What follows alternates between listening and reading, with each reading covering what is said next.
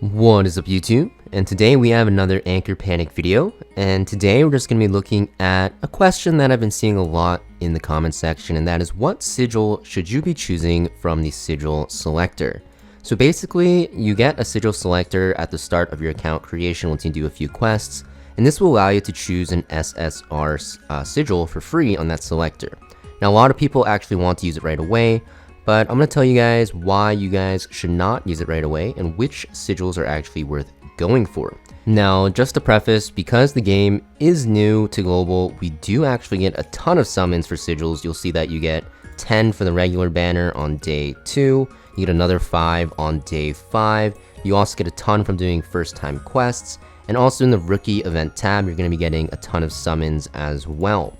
So that makes it so that you're going to be able to pity on the banners about like 2 or 3 times, I'd say. And most likely, after you go for Karanissa, because she's the best DPS in the game, you're going to try to go for her sigil, which I honestly highly recommend after one copy of her, because this sigil is going to be very good on her.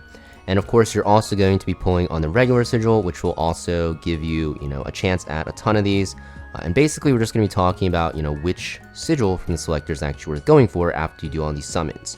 Now, of course, while you're pulling for Karanissas, you actually have a good chance to not get it on the first pity. You only have a 25% chance to get hers, and a 75% chance to get the other ones.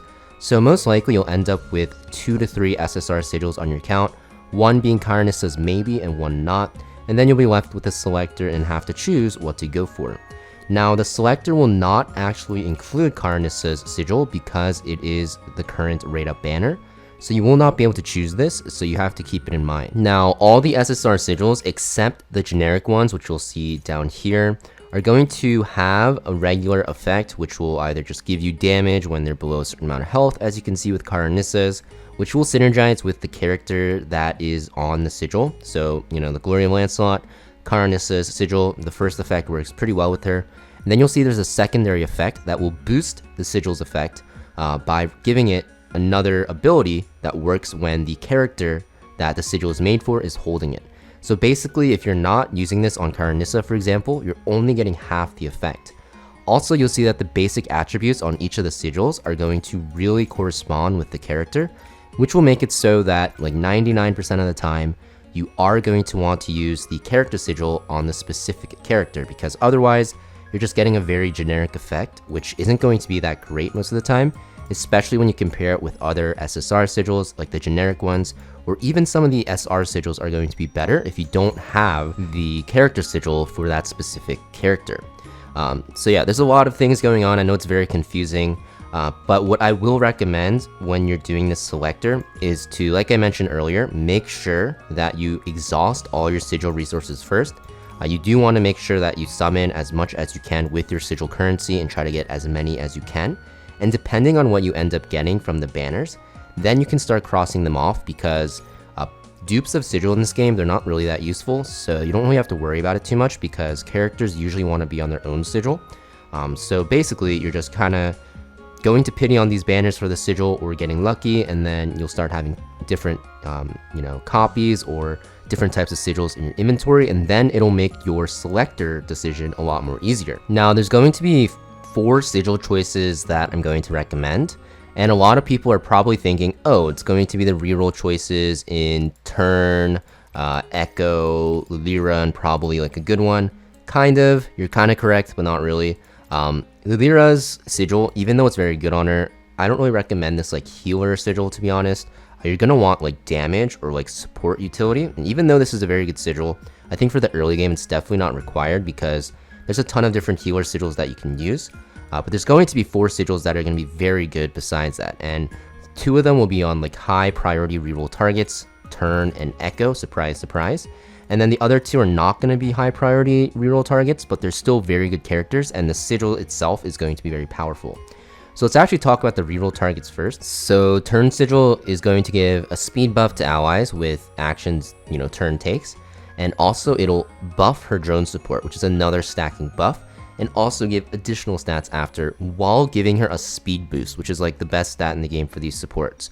Extremely, extremely powerful sigil for her. It makes it so that if you have Turn, it is amazing, and by far the best on her. Then you have Echo's sigil, which is pretty similar. Instead of speed, you get base attack, which isn't as good, but The effect is pretty similar. You are going to be giving an attack boost and a speed boost. Although the speed boost is 1.5, attack boost is 3. You're going to see turns is just 3%.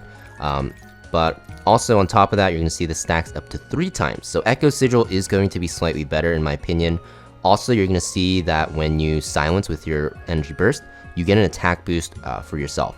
So this is going to make her attack super high. And Echo is a pretty good like sub DPS breaker, and she's also going to buff your team a lot and scales very well with attack. So this sigil is going to be amazing for her, buffing her damage, her support capabilities, and also buffing your team. So these two are like the selector sigils that a lot of people end up going for, and they're great choices. You can't really go wrong with either of these two. However, I'm going to tell you guys 2 other options that I think people are, actually 3 other options that people are kind of sleeping on. So the first one is going to be Flicker's. Flicker's sigil is extremely good on her. If you have Flicker and you put this sigil on her, she gets a lot tankier, which is going to be really helpful in the early game where your tanks are dying. But the biggest thing is the second ability in the green. You'll see that the energy burst will cause increased damage of 100% to the target. This just makes it so that Flicker's damage potential, not just from herself, but like from everyone, is going to be insanely high. So basically, this is a really good damage dealer sigil, unironically, for a tank. And it makes her tankier as well, which is like 2-in-1 and is super good if you want to like burst.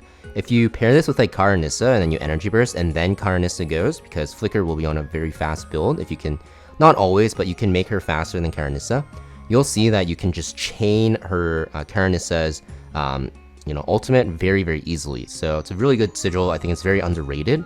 And if you have Flicker, it is absolutely amazing on her. The next sigil I want to talk about that is also a good choice and pretty underrated is Ling's. So Ling's sigil, she's like not a free-to-play character because you do have to spend $1 to get her, but she's a pretty good character on the Lightning team, like very good.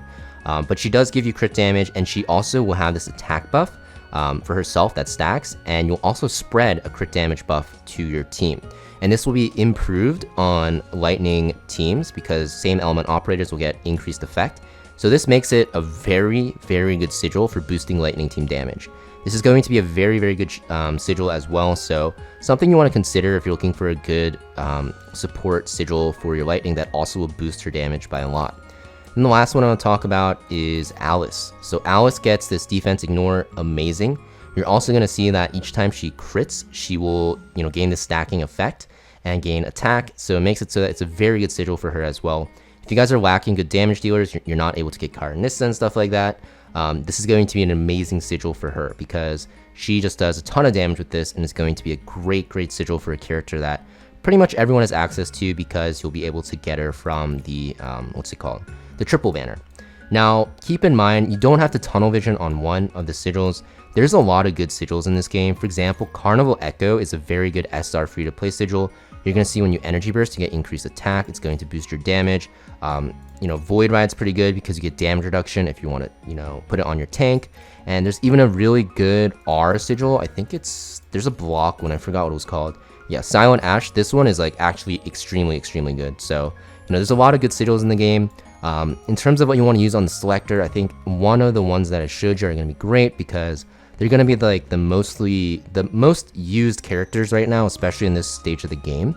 But it's still really up to you. If you guys want to like pick the sigil for your waifu, like say what you pulled like Dawn and you really want Dawn sigil, go for it because all the content is going to be beatable with pretty much, a stable team comp that you build with like mostly not any setup, but if you just build a coherent team comp with like the elements matching, you will be able to beat most of the game, especially in terms of story and farming. But yeah, pretty much it for this video. Hopefully this guy helped you guys out, and I'll see you guys next video.